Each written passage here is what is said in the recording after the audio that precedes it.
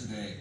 I'd like to begin by extending a special thanks and welcome to all of those who have traveled from outside of Nepal especially. I'm sure that you've already discovered exactly why the Nepali people are absolutely world famous for their hospitality.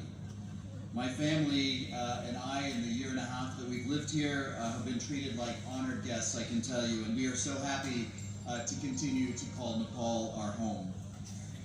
If you're one of the Nepali Rotarians attending here today, well, I'm going to trust that you already know what a remarkable country this is, regardless of what part of it you hail from. You know, one of the great pleasures of being an ambassador is that I get a lot of invitations. And one of the difficulties that I face is that it's not possible to accept them all, because there simply aren't enough hours in the week. So I wanted to begin by explaining why I accepted this invitation, why I knew it was important for me to travel to Pokhara to join this important assembly here today. Part of it is because Rotary is so special, which is why it has spread such strong roots all around the world. Rotary was founded in America, but in fact its core principles are not just American.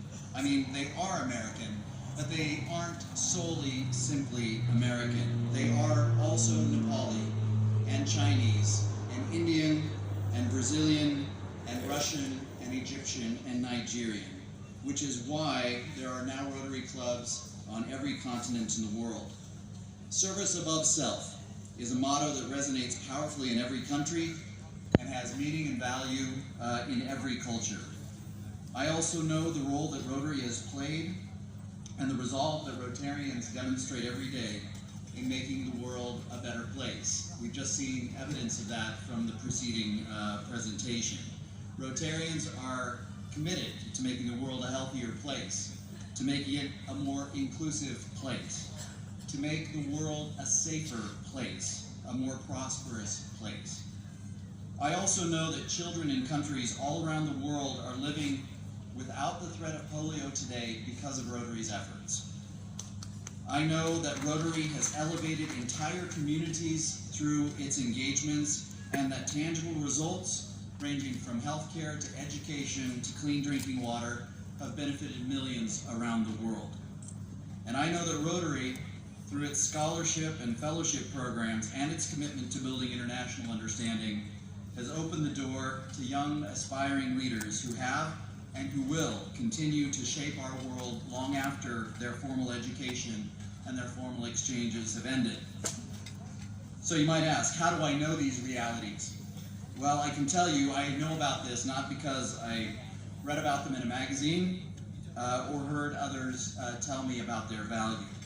In fact, I know these realities because I have lived them and I have seen them all around the world with my own eyes.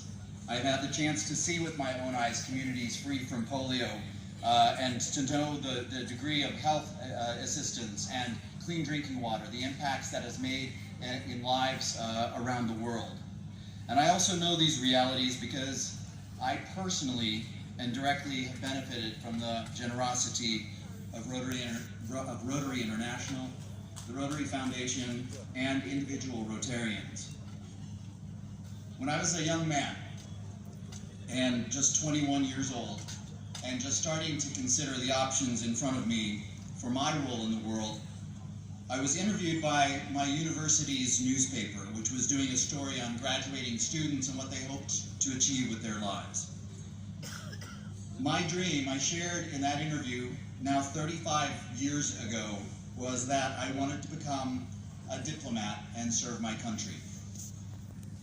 But as a young man who had grown up in a rural family with very limited means, I didn't possess the resources to continue my education, and I didn't possess the experience to know how to begin, and I certainly didn't possess the knowledge of how to turn that aspiration and that dream into reality. And that same year, in a development that has changed my life and my future, I was fortunate enough to be selected by the Rotary Foundation as a graduate scholar. In my case, I was welcomed by the generous Rotarians of the state of South Australia and the Northern Territory, and began my graduate work at the University of Adelaide.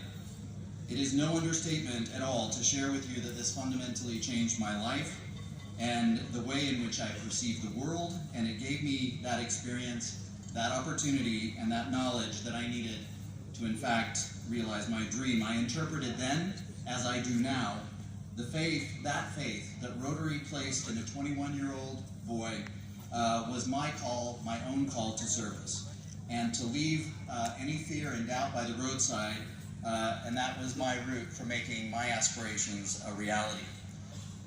Now that was a long time ago, and early next year in Kathmandu, I'm going to mark the milestone of serving my country for 28 years as a diplomat. That also will mark when I've spent exactly half my life in this role.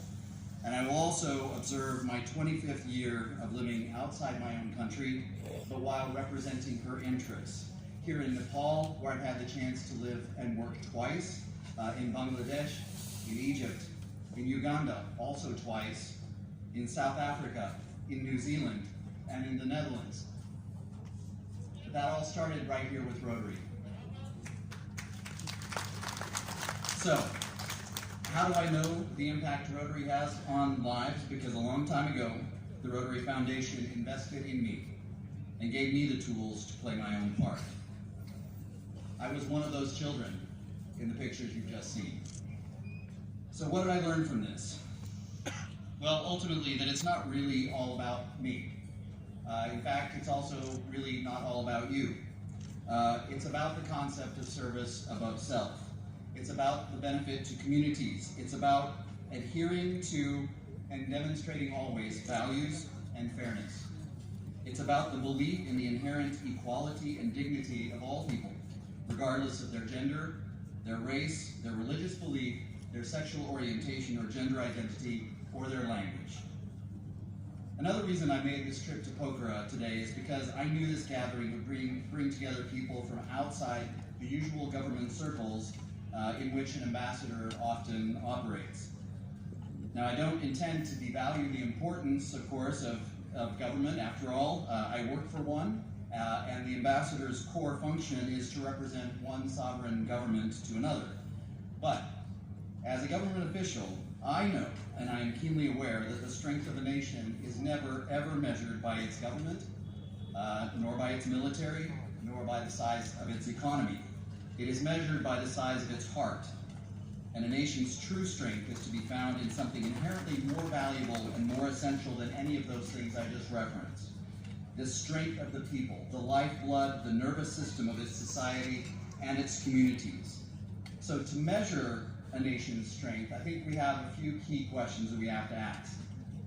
How engaged are its community organizations? How free and professional are its media institutions? How innovative and creative are its youth? How respected are its poets and its authors and its pundits and its artists and its musicians and its comedians? How free are people of all faiths? To practice and observe their religious traditions? And how active, really, are its Rotary clubs? As members of civil society, and with many of you from the private sector here that are creating jobs and wealth for others, you are the beating heart of Nepal and of this region. And I didn't want to miss this chance to talk with you. I also did not want to miss an opportunity to speak with you because I want to share with you my assessment that you, in fact, are needed more today and will be needed even more tomorrow than at any point in our collective lifetimes. And this is true whether you are Nepali or Indian, Chinese or American or Bhutanese. Our global community, the global community that Rotary exists solely to serve, faces a seemingly overwhelming number of challenges right now. A rapidly changing climate, the advent of new technologies like artificial intelligence, the spread of violent extremist groups, and a resurgence of totalitarian ideologies that deny the intrinsic dignities that are the basis for all just societies. For generations, Nepal's leadership and the Nepali people, for example, have recognized the challenge of being, as is often said in the phrase, a yam between two boulders, and that has carried its own unique challenges for this country. And as much as this was once true, I believe it is now much, much more complicated for a number of reasons. One, the boulders which surround Nepal are now in motion, and they have gotten much bigger. For even if Nepal did not have to think about America or how it engages with the rest of the world, Nepalis would face a very difficult task of navigating between two of the world's largest countries, societies, and economies. And that those economies, societies, and countries are at the same time going through some of the most significant societal transformations ever seen in human history. But that's not all. Because the other change is that Nepal is not, in fact, an isolated yam between two boulders. And Nepal has to deal with more than just two adjacent boulders, as any of us do these days. Nepal is more globalized, and it's more globalized because Nepalis themselves are more globalized. Some estimates indicate that 5% of Nepal's population now lives overseas, and that they stretch from Southeast Asia to the Middle East and to Main Street in almost any town in America. I've taken joy in explaining that even from my small hometown, a farming community in rural Colorado, far, far off the beaten path, and even further from anything you could describe as urban sprawl, it is still today a shorter drive from where I grew up to find the nearest Nepali American restaurant and order momos than it is to get to the nearest McDonald's. That's global reach, that's global connectivity. Neither are Nepalis immune from world events. Whether it's the current health crisis with coronavirus, or North Korea's nuclear and ballistic missile development programs, or Iran's exported terrorism or Russian activities, Nepalis are affected by all of these global movements. The world is changing so rapidly that even the best resourced of governments struggle to keep up. Even my own government, which I believe is blessed with the best technology and a global reach, struggles to keep up with these radical transformations that are reshaping every corner of the world. At times it's enough to make one feel overwhelmed. But that is why I wanted to come to speak to you today, because my hope, my optimism in here comes from you, from Rotary, from Rotarians, and from organizations and people like you, people who value service above self, who dedicate themselves to cultivating peace and goodwill. Union, as we say in America. Not perfect, but more perfect, because we realize that perfection is not possible, but moving in the direction of a more perfect union is important. So freedom in my own country, greater equality in my own country, came also from struggle and sacrifice, and we are stronger because of it. That reminds me that we must never take those fundamental freedoms. Ordinary, and I would say not so ordinary citizens as yourselves, is vital in the health and vibrancy of a democracy. So whether it's the plight of the Rohingya, whether it's the Uyghurs, whether it's civilians in Syria, it's important for Nepalis and for Rotarians to take an interest in those issues, and that's right now, before they become crises, or before they become further crises. We would welcome a more prominent role from Nepal on these topics. In fact, we have discussed with Nepal how to use its role in Geneva on the Human Rights Council, and in New York at the United Nations, and in other international meetings to speak up for its own values and its own interests. For decades, Nepal has demonstrated its abundant generosity and its commitment to protect vulnerable people by welcoming refugees, including right here in Pokhara, from around the region. I hope you will all ensure that as Nepal navigates the ever-changing international context, it will continue to uphold these principles in spirit and also in action.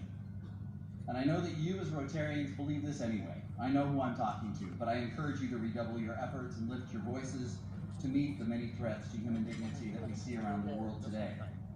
In this new, increasingly globalized and complicated world, we need public-private partnerships and engagement by non-governmental, community, and even civil society groups like Rotary. You know, civil society has been a key partner in our more than 73-year relationship in Nepal. And that really traces back from our very first USAID health programs to eliminate malaria in the Terai in the 1950s, to our first Peace Corps volunteers who worked with community groups in central and eastern Nepal beginning in 1962 and for almost every year since then, and all the way to our current flagship $500 million grant through the Millennium Challenge Corporation. Indeed, civil society has played an integral role even in that MCC process, from initial negotiations requested by Nepal's leaders 8 years ago to consultations with experts in project design and over 100 town hall meetings with community groups in dozens of districts and municipalities that started during